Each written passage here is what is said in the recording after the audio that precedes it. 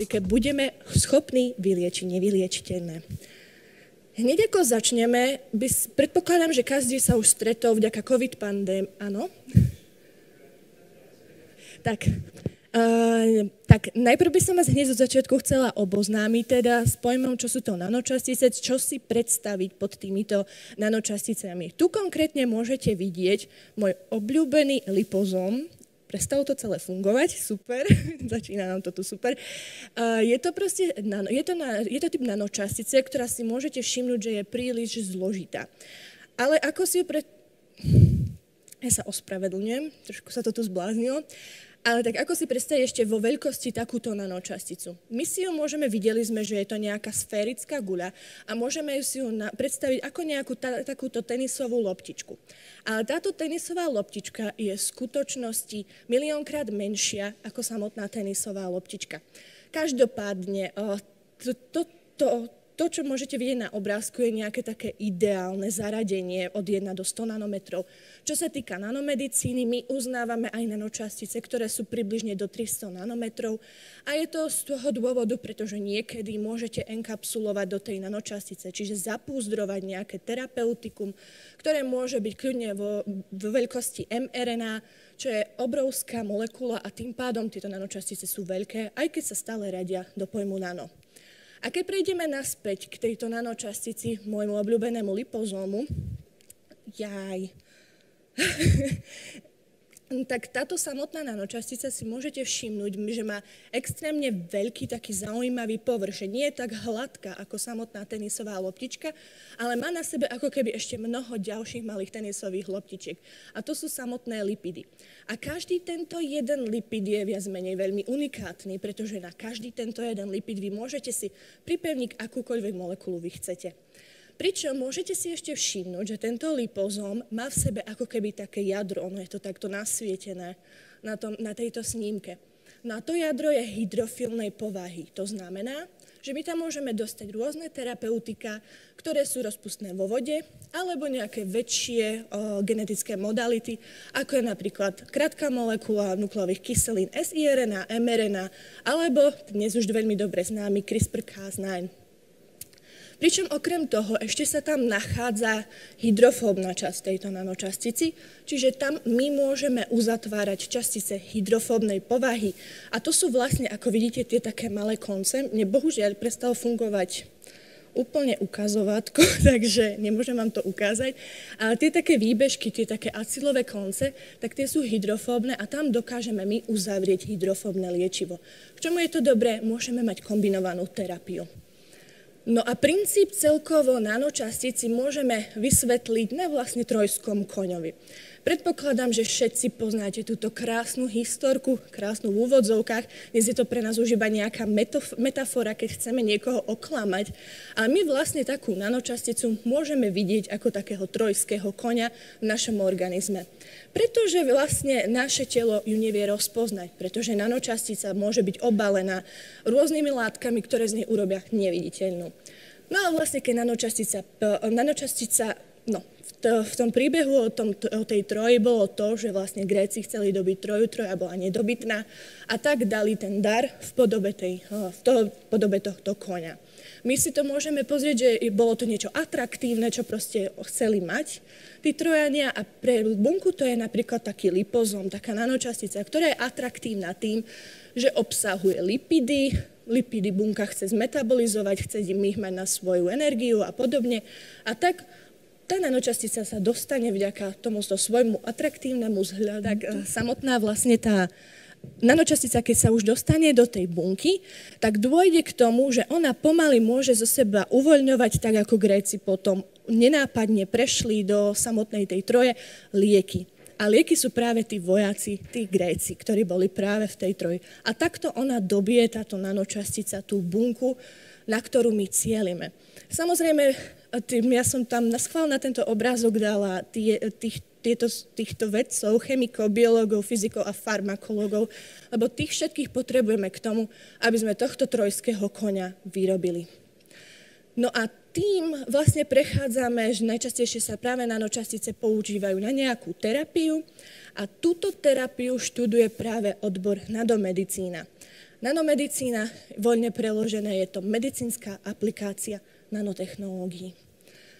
Samotná nanomedicína už je viac menej celkom dosť starý odbor. Vznikol cca v roku 1950 sa začali v Amerike Food, Drug and Administration akceptovať prvé nanoliečiva. V roku 1964 konkrétne bol akceptovaný v Amerike lipozóm, vtedy nazývaný bengozóm.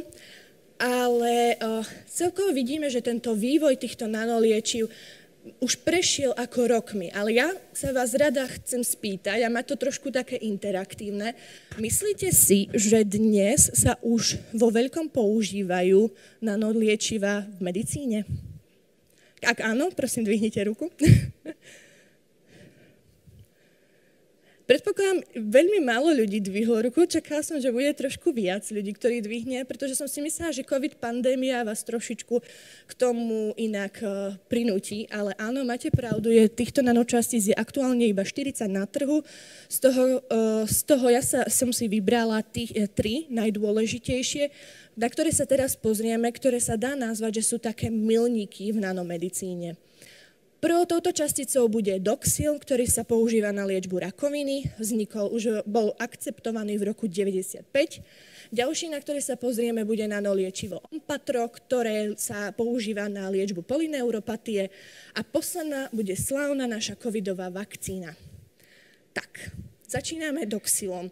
Doxil, môžete vidieť, je opäť lipozomárnej povahy. Všetky tieto nanoliečiva, čo vám ukážem, budú práve na báze lipozómov, pretože tieto viac menej nanoliečiva sú najviac vyvinuté aktuálne. Tak doxil, pre nás Európanov skôr známy pod pojmom Caelix, je prvé schválené nanoliečivo v Európskej únii. V Amerike boli už mnoho nanoliečiv predtým schválených. Jedná sa o chemoterapeutikum, ktoré má v sebe enkapsulovaný doxorubicín. Doxorubicín sa používa najmä na liečbu rakoviny prsníka, vaječníkov a gastrointestinálneho traktu. Pričom ten samotný doxorubicín má takú neveľmi sympatickú prezývku Červený diabol. A túto prezývku vlastne dostal z toho dôvodu, že sa zistilo, oni už dávno predtým vedeli veci, že pravdepodobne to bude spôsobovať bude spôsobovať kardiotoxicitu, toto liečivo, ale ten presný cyklus, prečo to vlastne spôsobilo to kardiotoxicitu, sa objasnilo až v roku 2017, takže bolo pred 6 rokmi. Ale keďže to vedci už vedeli, prečo sa to deje sa to z toho dôvodu, že vlastne doxorubicín, ako je veľmi malé, nízkomolekulárne liečivo, dokáže prestupovať a difundovať naprieč celým telom, tak keď sa dostane do samotného srdca, tak tam on indukuje, aby sa začali robiť na povrchu buniek vo srdiečku receptory smrti a tým pádom sa indukuje apoptóza buniek. No a tak sa rozhodli vedci, že toto liečivo teda zapúzdria do lipozómu a ten lipozóm teda by mal ideálne, ako to oni udávajú vo svojich klinických štúdiách, predĺžiť celkovo cirkuláciu liečiva v tele. Pretože doxil stále je unikátny tým, že je to prvé nanoliečivo, ktoré použilo na svojom povrchu polyetylenglykol. Polyetylenglykol je vlastne molekula, ktorá urobí z našej nanočastice toho trojského koňa. Pretože tým, ako je silne hydrofilný, tak na seba naviaže tú samotnú vodu a vlastne bunky imunitného systému si tú nanočasticu nevšímajú, pretože si myslia, že je to ako keby kvapôčka vody, keď to si takto zoberieme. Tým pádom sa k doxilu podarilo vraj vyhýbať imunitnému systému, bol okrem iného vysoko stabilný práve kvôli polyetylenglykómu. No a následne toto nanoliečivo zameriavali pomocou Enhanced and Permeability Retention Effect. Bohužiaľ neviem to preložiť do slovenčiny a češtiny, ale k tomuto IPR efektu sa ešte dostaneme, ako to celé funguje, pretože väčšina nanoliečiv, čo sa týka rakoviny a nádorov, sa používa na základe tohto efektu.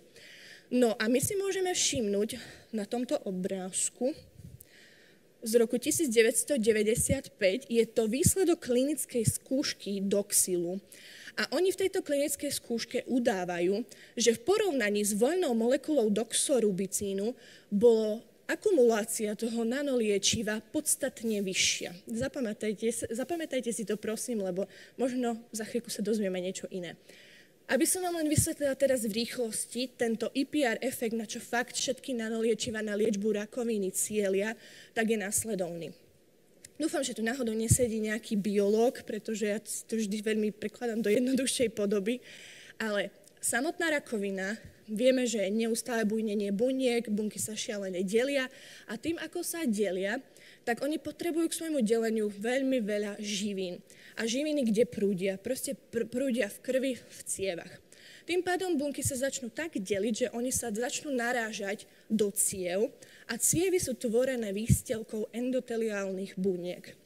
No a tým, ako narážajú, tak sa tam začne diať, že začnú tieto nanočastice, tieto bunky od seba sa odtláčať do určitých rozmerov.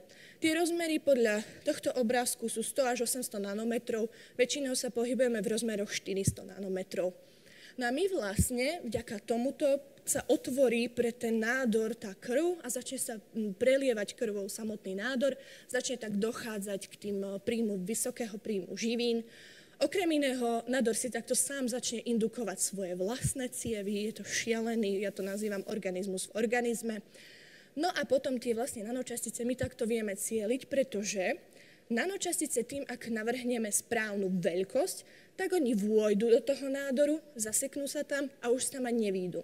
Ale keď máme nízkomolekulárnu látku, ako je doxorubicín, tak to proste príde a hneď aj odíde, pretože je to pod tou rýchlosťou prietoku krvi silno premývané. No a odporúčam si veľmi prečítať toto kritické review, ktoré vyšlo v roku 2020 a tam vyšla komplexná analýza protinádorových nanoterapeutík, čo zistila, že účinnosť doručenia do nádoru je iba 0,7% v porovnaní toho, čo sa zistilo v klinických štúdiách. Takže to otvorilo množstvo debat. Prečo tomu tak vlastne je, ako robíme niečo správne? Väčšinou, keď sa niečo také deje, keď my robíme vlastne predklinickú štúdiu, tak sa deje to, že my si vyberáme náš modelový organizmus, je samozrejme myš alebo potkan. No a my vlastne si môžeme do tej samotnej myši indukovať nádory pre naše požiadavky. A keď chceme vieme, že sa to normálne deje, chceme ukázať, že naše nanočastice sú tie najlepšie, tak my si vyberieme nádor, ktorý má najvyšší EPR efekt. Ale to absolútne nekoreluje s tým, že možno ľudský nádor ani EPR efekt nemá, keďže množstvo štúdií už ukázalo to, že ľudské nádory pravdepodobne EPR efekt nemajú. No a ako mohla tá klinická štúdia výjsť, ako vyšla pri doxile?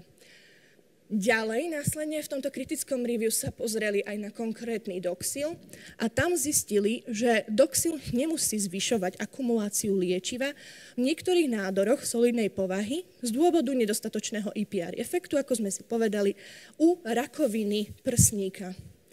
Ja neviem, či si pamätáte, ale bolo na predošlom slajde zmienené to, že doxil sa používa najmä na rakovinu prsníka, vaječníkov a gastrointestinálneho traktu.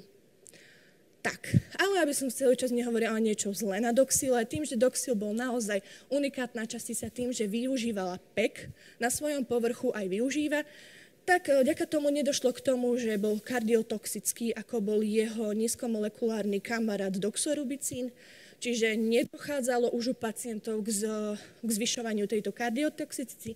No na druhú stranu doxil začal spôsobovať syndrom ruka-noha. Áno, je to lepšie ako samotná kardiotoxicita, ale syndrom ruka-noha je proste výrážky alebo alergické reakcie na končatinách a samotných ústach. Prečo zrazu začal spôsobovať samotný doxil nejaké alergické reakcie alebo sa tam začal akumulovať? Otvára nám to množstvo otázok, ktoré si možno dneska zodpovieme.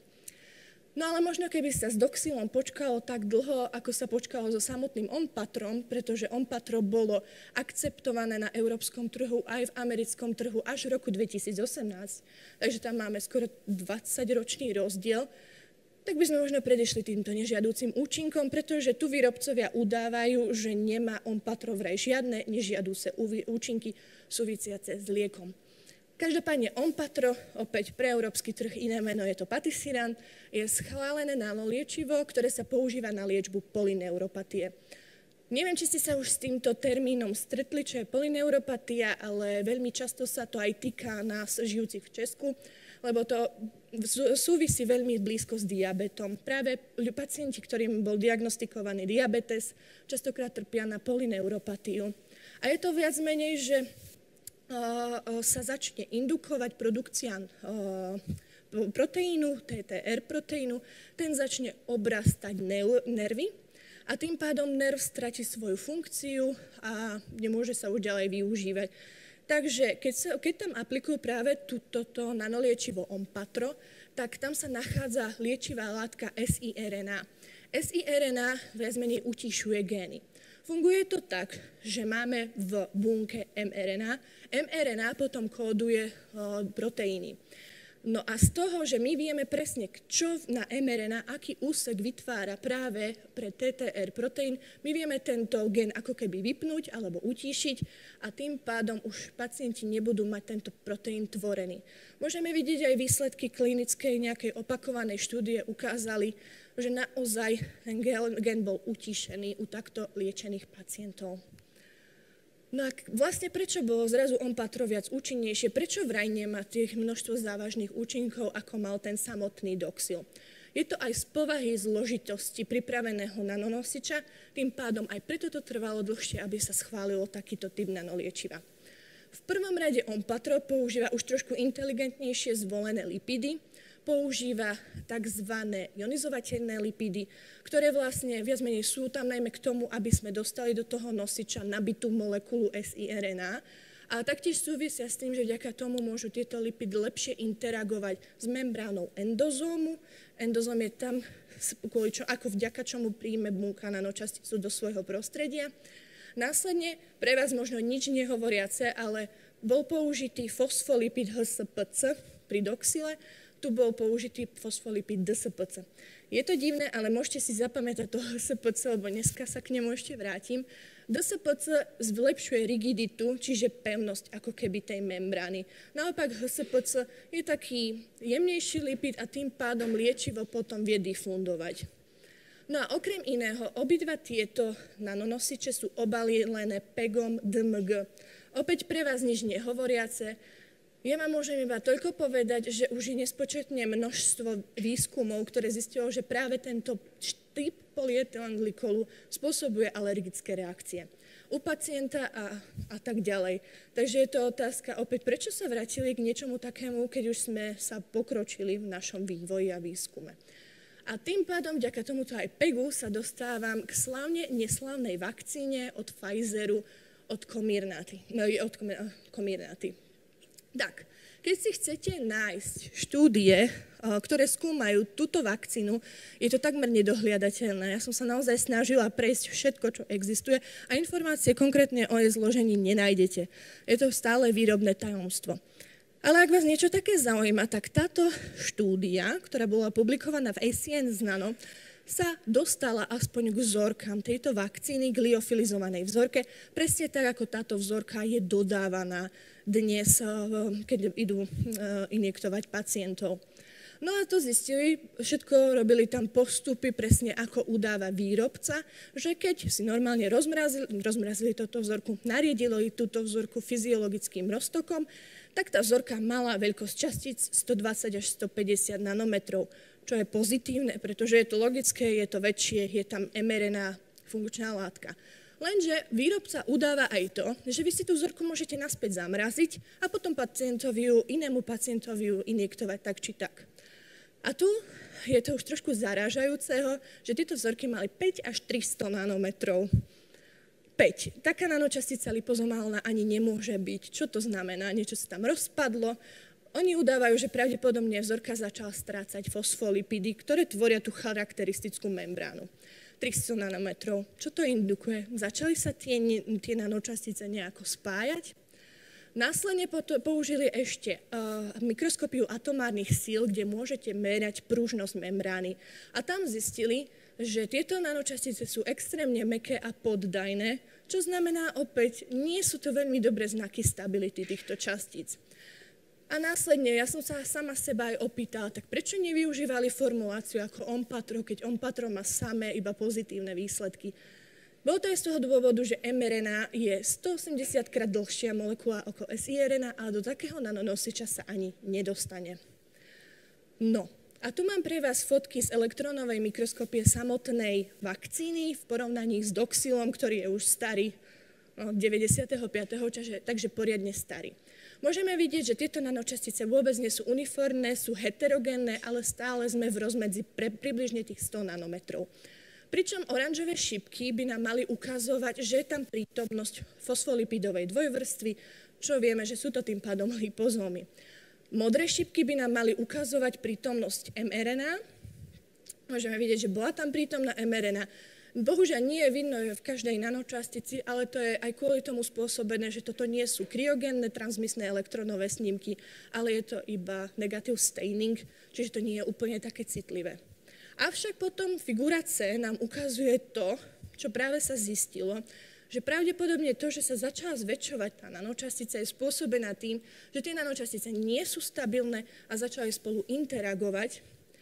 A následne, čo mňa zarazilo, toto je vzorka, ktorá bola uchovaná týždeň v chladničke. A ja vám poviem, že my takisto vyvíjame v našom laboratórii nespočetné množstvo nanočastíc a my cielime na stabilitu rok. Toto týždeň nevydržalo, môžeme vidieť, že začali fúzovať spolu tieto nanočastice a okrem iného, čo je šialene zaražujúce, je, že mRNA zo seba dokonca vypúšťali. Takže o stabilite týchto covidových vakcín hovoriť nemôžeme. A teraz, myslím, že to vyšlo, 2. októbra v roku 2000, tento rok, došli k záveru, že dokonca tieto nanočastice spôsobujú alergické reakcie a sú imunogénne. A ja som tu zmieňovala ten pojem PEG-DMG a ten PEG-DMG konkrétne je v tejto publikácii veľmi do hĺbky rozobraný. Pre vás, možno ktorý tu sedí chemik, vieme, že na konci má nejaký metylový koniec, ten sa dokáže odlúčiť z tej štruktúry a môže sa začať akumulovať v tele a spôsobať alergické reakcie. Okrem iného, prečo máme protilátky už na tento polyetylenglykol je to, že tento polyetylenglykol sa bežne používa ako krycie, niečo krycie, keď máte normálne tobolky, ktoré chcete prehltať, aby sa vám lepšie prehltli tobolky. A tým pádom naše telo to už raz trávilo a dochádza k tomu, že my sme si už boli schopní vybudovať tieto protilátky. Tak, no a tu by som prešla do tej ďalšej časti na moje prednášky s tým, že aj celkovo, ako som to teraz zakončila tou covidovou vakcínou, tak s covidovými vakcínami sa obecne spájalo s množstvom hoaxov. Či boli správne, či boli nesprávne, o tom hovoriť nebudeme, ale jeden hoax práve súvisel s tým, že tie covidové vakcíny sa vraj môžu dostať až do samotného mozgu. Takže v tejto časti by som vám chcela celkový ten osud nanočastíc v tele trošku bližšie popísať, že vôbec to nie je také jednoduché, aby sa nanočastica dostala až do mozgu a nie je to ešte až do samotnej bunky. Takže my pôjdeme vlastne úplne tou počiatočnou cestou, čiže od samotnej injekcie až po to, ako skončí v tej osudovej bunke a či sa tam dokáže dostať. Tak, my ako nainjektujeme nanočastice, väčšinou to ide intravenózne, čiže do samotnej krvi, tak závisí to osud tej nanočastice v tej krvi od niekoľkých faktorov. Prvým faktorom je veľkosť. Veľkosť nanočastíc môže súvisiť extrémne s toxicitou. Ak máme príliš malé nanočastice, častokrát sú netoxické, ale už veľa štúdií pokazuje na to, že nanočastice okolo 1 nanometra sú extrémne toxické, alebo naopak, keď máme veľmi veľké nanočastice a nie sú ničím pokryté tým polyetylenglykolom, aby sa stali nenápadné pre telo, tak sú takisto silne toxické pre telo. To všetko súvisí aj s tým, že chceme to obaľovať tým polyetylenglykolom najlepšie, pretože celkovo ten polyetylenglykol je aktuálne jediná akceptovaná krycia látka na nanočastice. No a tu je opäť ďalšia dodatočná štúdia práve na tie protilátky, že by sme mali začať voliť iný typ polyetylenglykolu, aby sme nemali vybudované už na ňo protilátky v tele.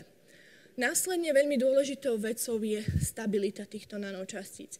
My si musíme uvedomiť, že keď dáme do organizmu tieto nanočastice, krv má šialený rýchly prietok. Myslím, že tá nanočastica dokáže za 1 hodinu obehnúť možno aj 100-krát celý organizmus. No a tým pádom to, čo všetko, aké faktory je vystavená na nanočastica, môže spôsobiť to, že sa začne odlupovať, môže narazať do rôznych stien, kde opäť môže odlupovať napríklad ten polyetylenglykol zo seba a môže celková nanočastica takto zahynúť v úvodzovkách. Ďalším dôležitým faktorom, pre mňa určite najdôležitejším, je náboj.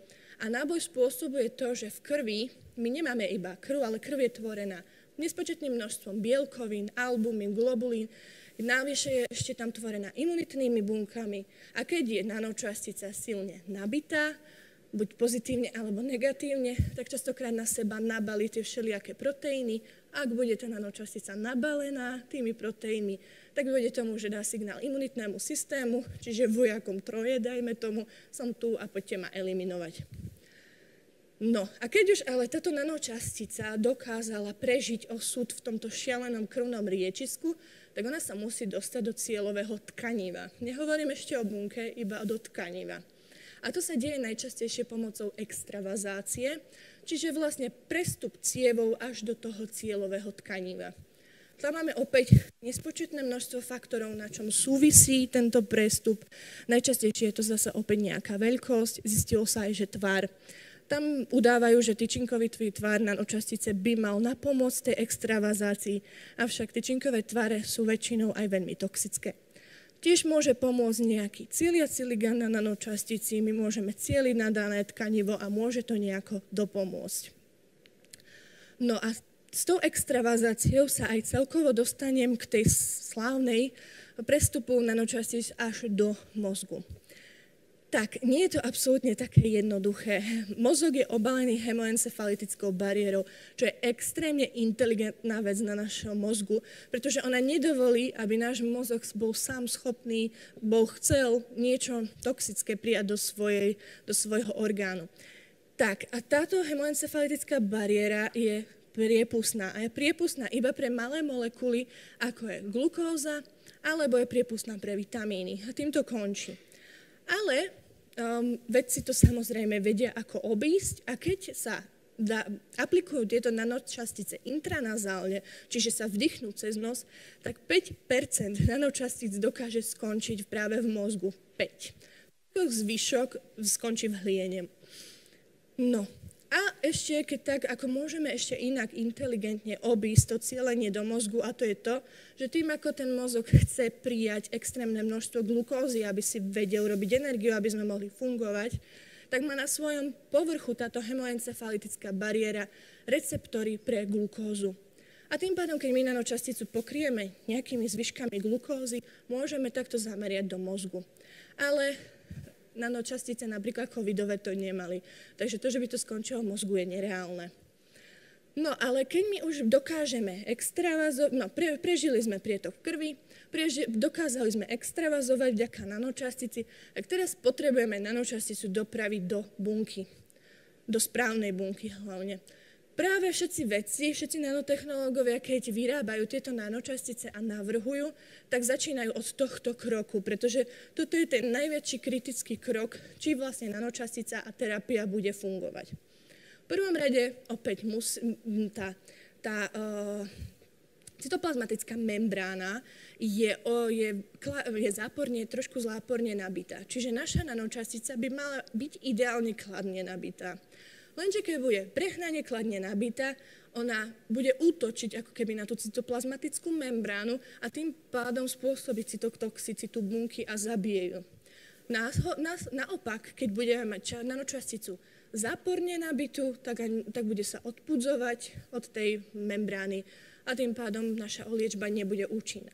Takže pre nás je ideál, aby tá nanočastica bola trošku neutrálna, keď tak trošičku pozitívne nabitá, a to je to maximum. No a na povrchu tejto cytoplazmatickej membrány sa nachádza množstvo receptorov, je ich približne 400 detekovateľných receptorov, na ktoré my môžeme cieliť naše nanočastice, aby chceli prijať nanočasticu do svojho vnútra. Pretože najčastejšie nanočastice idú práve touto endozomálnou dráhou, kedy končia v endozóme a to môže byť práve vďaka týmto receptorom na povrchu bunky. Niektoré nanočastice samozrejme môžu aj voľne difundovať, ale tieto nanočastice musia mať do 5 nanometrov, takže je to veľmi komplikované pre prípravu. No a keď my už dokážeme spraviť to, aby táto nanočastica zintegrovala s cytoplazmatickou membránou, tak musí prežiť v tomto endozóme a musí dokázať z tohto endozómu utiecť.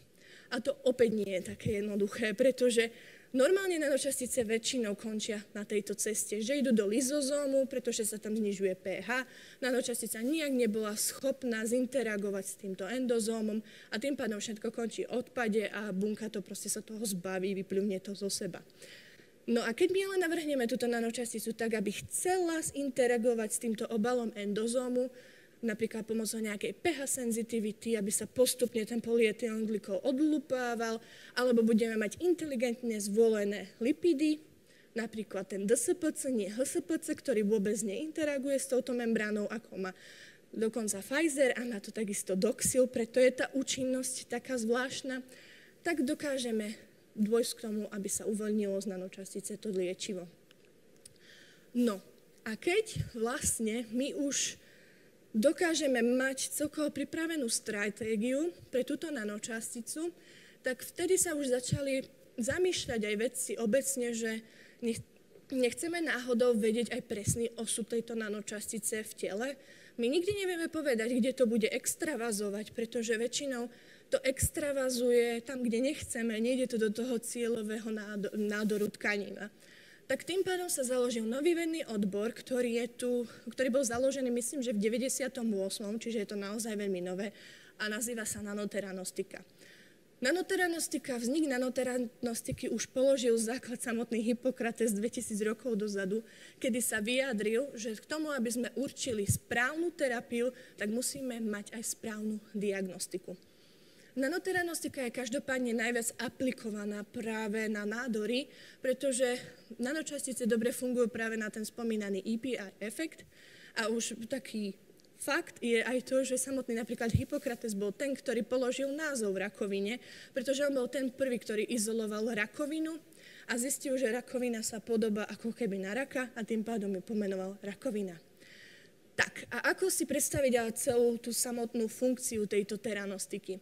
Teranostika využíva primárne nanočastice, môžeme využívať nejaké nízkomolekulárne látky a tieto nanočastice sú schopné jednak terapie a jednak diagnostiky.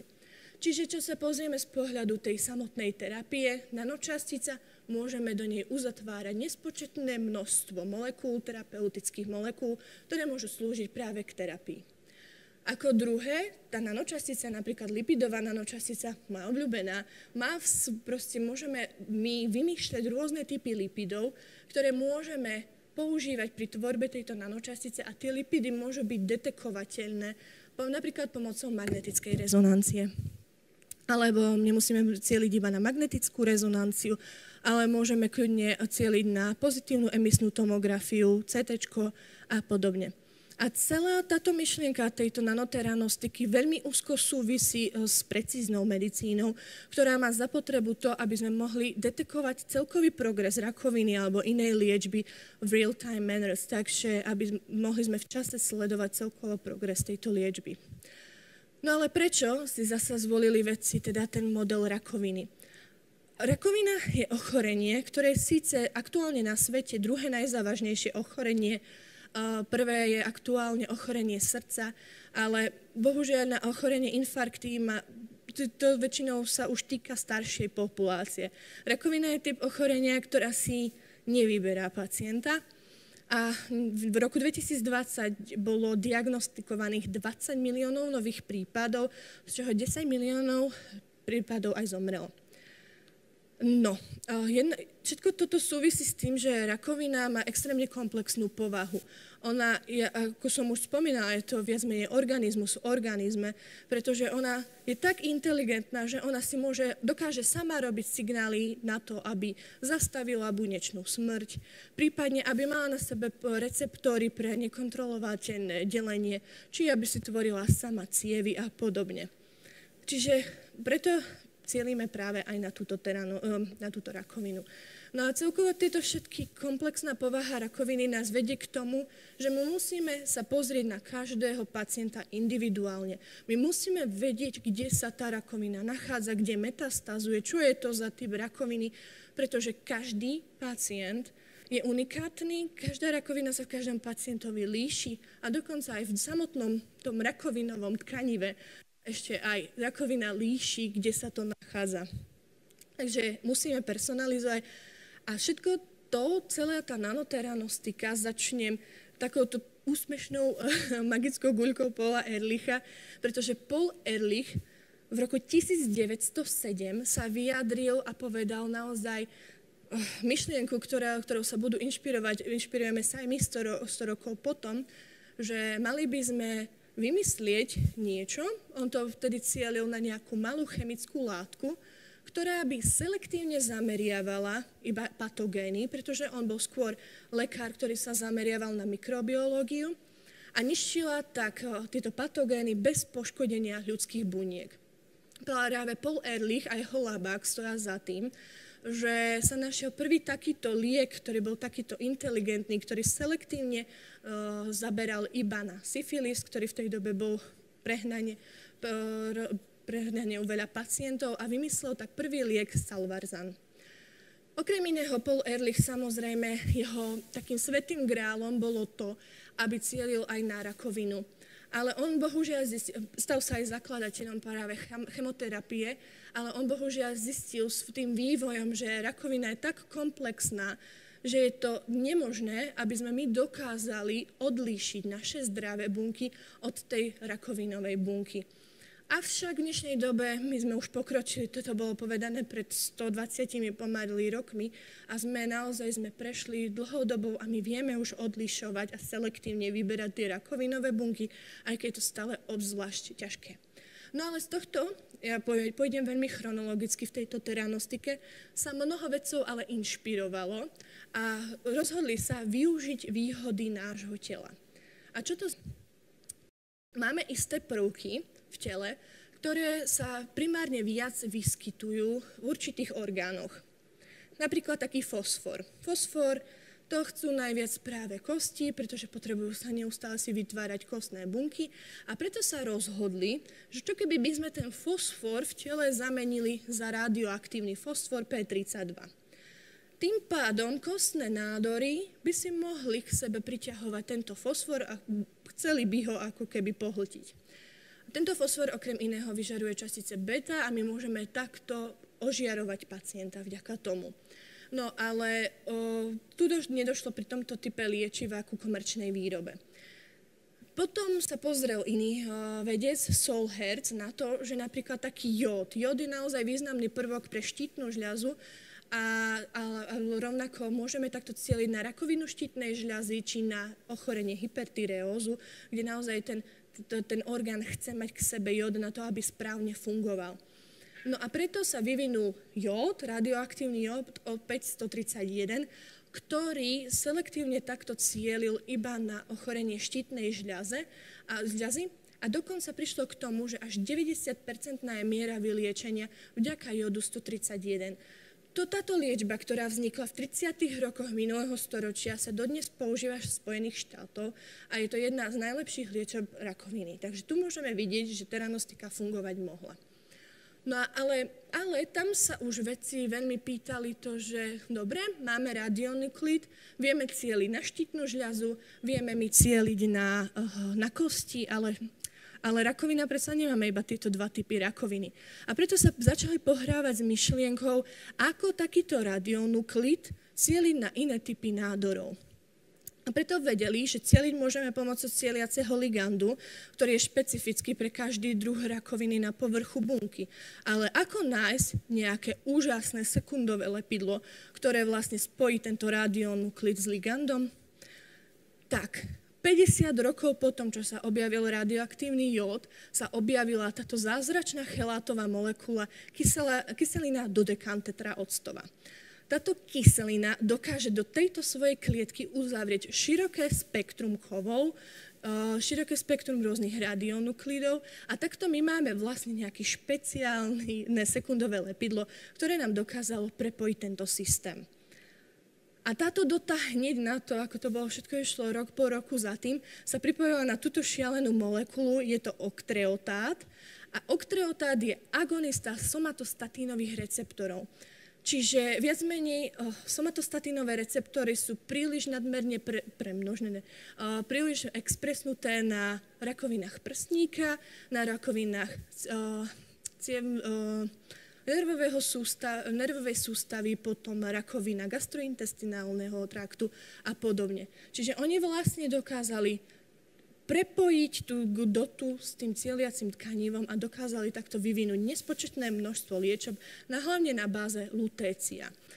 Môžeme vidieť na tomto obrázku, že okrem toho, že boli schopní teda terapie, tak naozaj u každého pacienta dokázali vďaka tejto nezištnej molekuly detekovať presné metastázy v tom danom organizme. Čiže videli sme naozaj veľmi detailnú biopsiu týchto nádorov. Normálne, keď máme operáciu, tak sa deje to, že sa iba vieme približne, kde sa nachádza nádor a my si trošičku odoberieme toho tkaniva a takto to sledujeme, že ako je vývoj tam toho daného nádoru. Vďaka tejto inteligentnej nanoteranostickej biopsii my môžeme vidieť reálne metastázy po celom tele.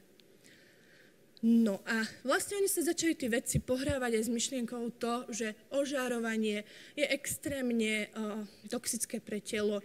Používame radionuklidy, ktoré nie sú úplne tak účinné, pretože používajú väčšinou gamma žiarenie, ktoré je šialene toxické a začali sa pohrávať, či nemôžeme zamieňať tieto všelijaké nuklidy. A keď všetko táto myšlienka a teda hra s cielením, hra so zobrazovaním a hra s terapiou priviedla Johna Fanghausera, ktorý bol poradca pre biotechnologické spoločnosti, nebol to nejak ako vedecky založený človek, k pojmu nanoteranostika. A vznikol tento pojem v 98. No a tuto môžete vidieť na tejto animácii, ako vlastne samotná radioligandová terapia funguje. Toto liečivo je od Novartisu a môžeme vidieť, že teda máme nejaký radioaktívny izotop, ktorý je pripojený teda na ten cieliaci ligand a tieto RLT terapie, aby som sa nezakoktávala, sa selektívne zameriavajú iba na rakovinové bunky. Práve táto terapia od Novartisu, myslím, že bola akceptovaná 3 roky dozadu, alebo nejako tak, sa nazýva Lutathera. No a tá vraj priniesla klinický význam pre nás, nanoteranostikou, pretože je to prvé nanoliečivo na báze teranostiky, ktoré bolo akceptované Európskou liekovou agentúrou. Toto liečivo sa používa ale pre pacientov s neuroendokrínnymi nádormi, čo je vlastne viac menej tam 70% až úspešnosť vyliečenia, ale tu táto terapia udáva, že je tam iba 16% zlepšenie progresu nádoru. Takže nie je to až taká účinná liečba, ale aspoň sme sa už dostali tam, že dokázali sme nejaké teranostikum pretlačiť na trh. Celkovo to pretlačenie na trh je ťažké z pohľadu aj toho, že teranostikum je šialene zložitá látka. Okrem toho, že tam máte to terapeutikum, máte tam aj diagnostickú látku a to práve akceptovanie v klinike veľmi nechcú, pretože čím zložitejší mechanizmus, tým je to ťažšie a ťažšie akceptovať. No lenže tá samotná Lutathera, keďže používa opäť ožiarovanie pacienta, pretože je to radionuklid, spôsobuje rozvoj rakoviny krvi alebo kostnej drene. Sice je to cieliace, ale my keď ožarujeme, neožarujeme iba tam, kde sa nachádza ten radionuklid, volíme si väčšie miesto v tom tele a tým pádom je takto nepríjemne toxické pre pacienta. Každopádne je to stále veľmi pozitívny výstup tejto celkovej Lutathery, pretože keď sa na tú Lutatheru dal cieľací ligand PSMA, čo je vlastne ligand na receptory prostaty, tak sa zistilo, že tá prežitie tých pacientov je naozaj razantne dlhšie, než pacienti, ktorí takéto liečivo nepoužívajú, alebo respektíve nemajú tento cieliaci ligand. Takže opäť, tá teranostika v tomto pohľade, ono predĺžuje to, že máme účinnejšiu účinnejšiu detekciu toho daného nádora, tú lepšiu biopsiu. My neberieme naozaj len ten štipku toho nádora, ktorý sa môže nachádzať v tele, ale my berieme celkovo komplexne celkového pacienta. No a viac menej všetko to bolo o ožiarovaní, pretože aktuálne na trhu sa nachádzajú iba všetko liečiva na báze radionuklidov. No ale v tomto review, ktoré bolo pred rokom publikované, sa bioinžinieri vyjadrili, že práve nanočastice na báze lipidov by mohli pomôcť pacientov a využiť všetky výhody nanoteranostiky. A my sa naspäť vraciame k tomu môjmu obľúbenému fosfolipidu lipozómu, inak sa to je nepresný názov lipozóm, ale prečo práve ten lipozóm by mal byť taký úžasný? Prečo by to mal byť ten revolučný prostriedok, ktorý pomôže v nanoteranostike? Je to aj z toho dôvodu, že ten lipozóm bol objavený v roku 1964. Ten vývoj tejto nanočastice je už šialene dlhý.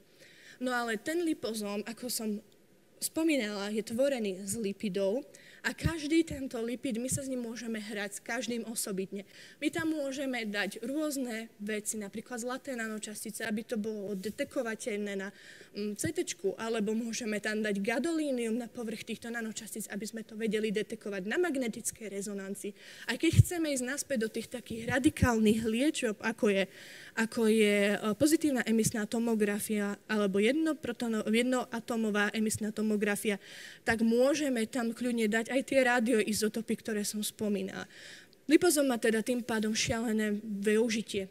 Okrem toho, my môžeme tam naenkapsulovať, dostať do jeho membrány hydrofóbne liečiva.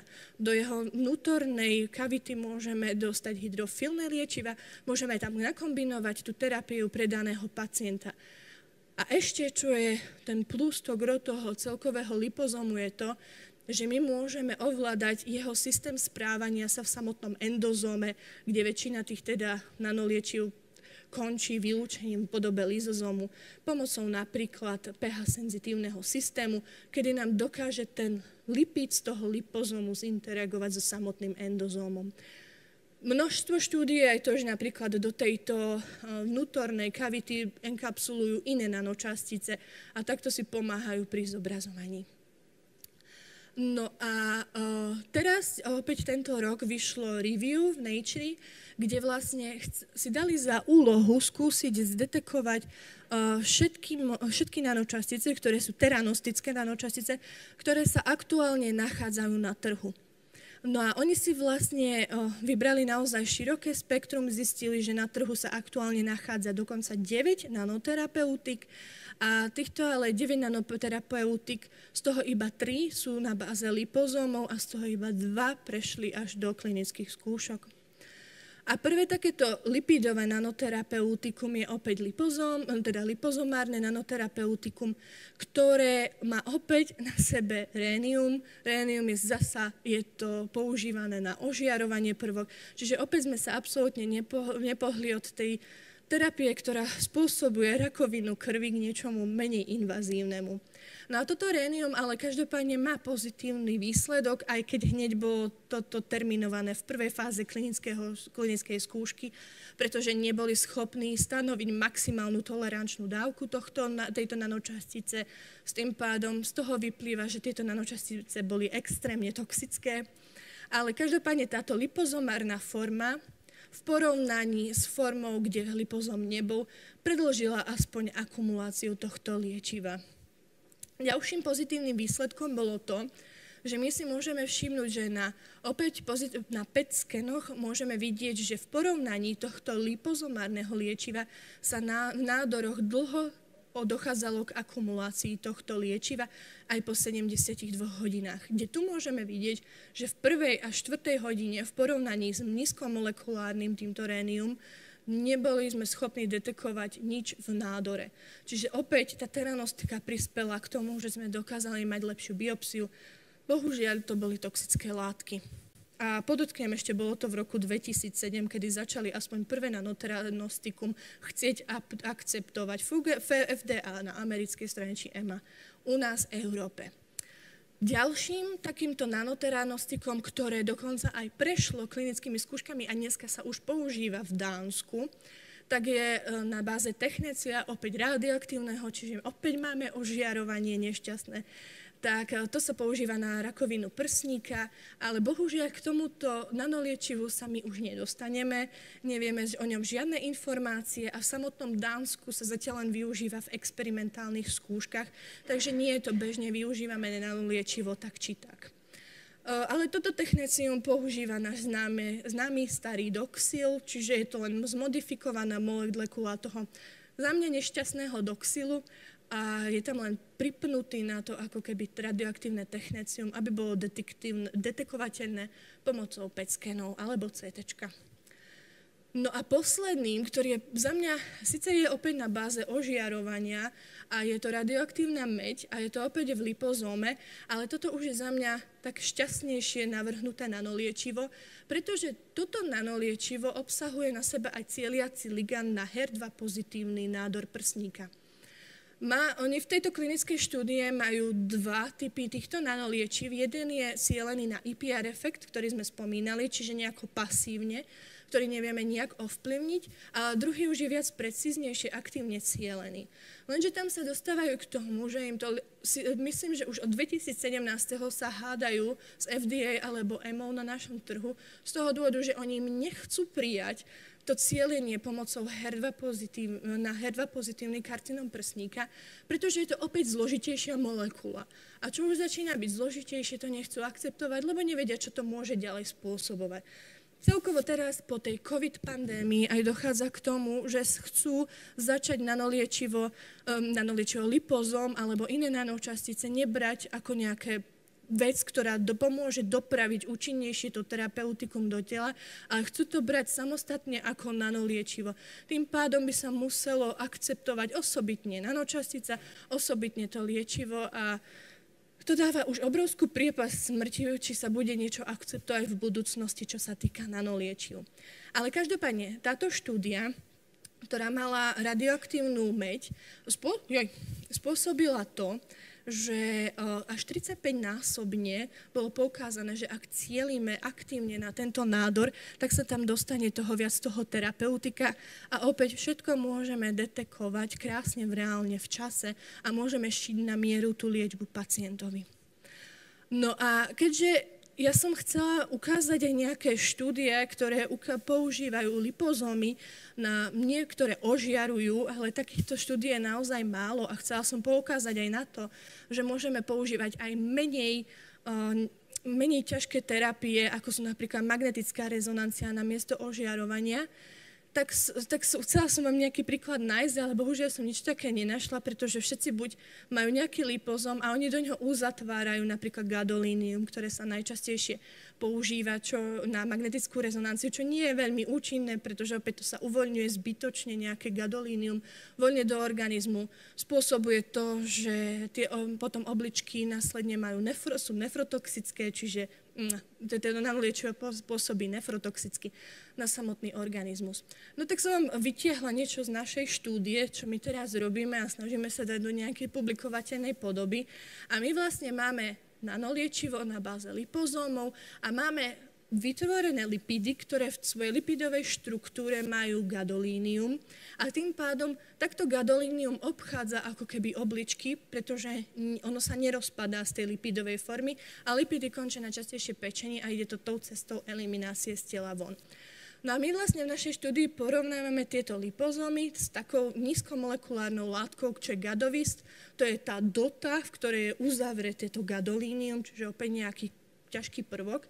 A my sme v našich štúdiách vlastne zistili, že keď my injektujeme do organizmu lipozomálnu nanočasticu, tak je tam zvýšená koncentrácia akumulácie týchto nanoliečiv v čase, pričom sa pomalšie v porovnaní s touto eliminuje z toho daného orgánu. Keď si to porovnáme s nízkomolekulárnym gadovistom, tak vlastne hneď po tej injekcii, tu máme predtým, než sa injektovalo a dvojka je potom, čo sa nainjektovalo, tak vtedy je najvyššia koncentrácia a po 24 hodinách, čo je tretia hodnota, už začína sa vrátiť v pôvodnej podobe a tým pádom to nízkomolekulárne zobracovacie liečivo nie je také účinné.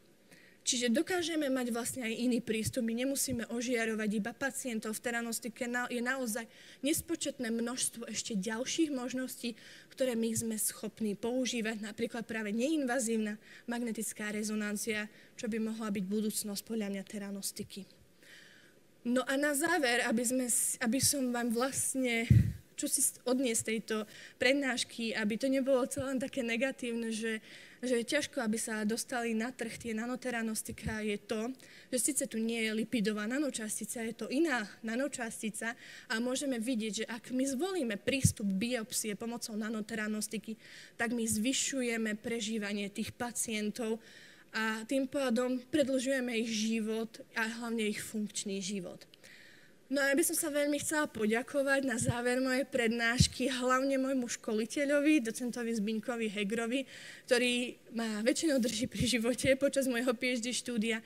Následne takisto by som sa veľmi chcela poďakovať pánovi profesorovi Andrewovi Millerovi, ktorý celkovo túto nanoteranostiku doniesol sem do Brna a vďaka nemu robíme takýto projekt nanoteranostiky. Okrem iného chcem poďakovať môjmu kolegovi Zdeňkovi Kratochvílovi, s ktorým vždy vymýšľame rôzne nové experimenty. Takisto veľká vďaka patrí pánovi doktorovi Sivákovi, ktorý so mnou robí všetky biologické testy, indukuje nádory rôzne v myšiach, aby sme sledovali moje nanoteranostikum. A taktiež veľká vďaka patrí mojim včeličkám, mojim študentkám, ktoré mi pomáhajú dotiahnuť každý experiment úplne do konca. A ešte, aby som sa poďakovala na záver, je to pre Ústav prístrojovej techniky, ktorí majú tak unikátne zariadenie. Tu v Brne máme na svete iba 2 takéto zariadenia a je to magnetická rezonancia kombinovaná s fokusovaným ultrazvukom a my máme takúto jedinečnú možnosť práve s nimi spolupracovať. Takže ešte raz ďakujem vám za pozornosť. Dobrý den, já děkuji za přednášku, bylo to velice příjemné a chtěl bych se zeptat, jak jste tam mluvila o tom jod 131, to bylo, že se ještě používá v Americe a má 90% úspěšnost na tu rakovinu štítné žlázy, tak v Evropě se nevyužívá kvůli tomu, že tam taky dochází kvůli té toxicitě vlivem té radioaktivity, tak kvůli tomu. Tak to mě jenom zajímalo. Presne tak, je to spojené s tým, že je to radioaktívny izotop a Európa sa uberá tým, aby sme prestávali využívať už takéto radioaktívne liečby. Takže aj ste si odpovedali na otázku. Děkuji moc. Ďakujem aj ja. Moc krát děkuji za přednášku. Jak je vidět, tak to téma je poměrně dost komplexní. Ano. Tedy moje otázka možná bude znít tím, že pokud tam nebudeme mít třeba ten radioaktivní prvek, tak co by tam dalšího mohlo být? Jestli bychom tam mohli mít třeba ještě něco mechanického, nebo něco, co bychom třeba mohli ohřát, nebo co by mohlo třeba... No tak ten radioaktívny vlastne izotop nám slúži na to, aby sme mohli detekovať to nanoliečivo pomocou tej pozitívnej emisnej tomografie, čo je vlastne spojené s tým ožiarovaním. My môžeme teda siahnuť po menej invazívnych technikách, ako je tá magnetická rezonancia, kde môžeme použiť gadolínium, ktoré je schválené aj FDA, aj MO tu v Európe a gadolínium by malo byť ako malotoxické na organizmus, čiže môžeme siahať po takýchto prvkoch. Napríklad. Možná se moc často dívám na doktora House, ale přemýšlel třeba i někdo nad tím, že by třeba využil jinou rakovinu na to, aby léčil jako tu rakovinu, která je tam jako zrovna ten problém?